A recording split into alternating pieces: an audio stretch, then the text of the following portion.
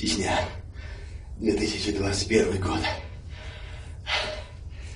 Второй день с тех пор, как я нашел эту камеру. Пока могу дышать, я решил, что буду продолжать вести этот дневник. Как бы сильно человек того не желал, пока не настанет его час, он должен жить. Несмотря на боль и жар, к которым я уже привык, тело просит подкрепиться. Сегодня на рассвете я решил сделать очередную вылазку. Повсюду были хищники. 3 часа мне пришлось ползать, чтобы добыть вот это. Вода. Ее стало очень мало. Но сейчас это самое ценное, что осталось на этой земле. А ведь когда-то ее было в избытке. Несмотря на карантин, люди ни в чем не нуждались. Власть помогала во всем. Поставки провизии совершались каждый день в республику. Но человек не ценил этого. Не ценил того, что имел. Ведь власти нас предупреждали. Это была очередная ошибка человека.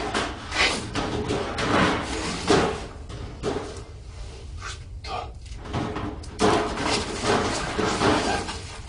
Такое?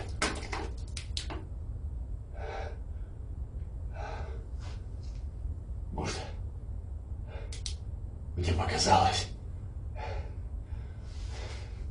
Сегодня в доме напротив я видел какие-то силуэты. Надо будет сходить и проверить. Может, кто-то остался еще в живых.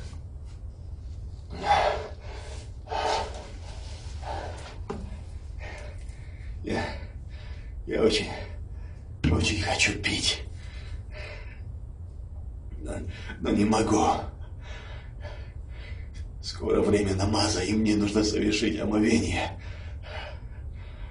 Умереть я все равно умру от жажды или от вируса. Поэтому, как и всегда, молитва – это единственное, что осталось у меня. Единственное, что может спасти меня.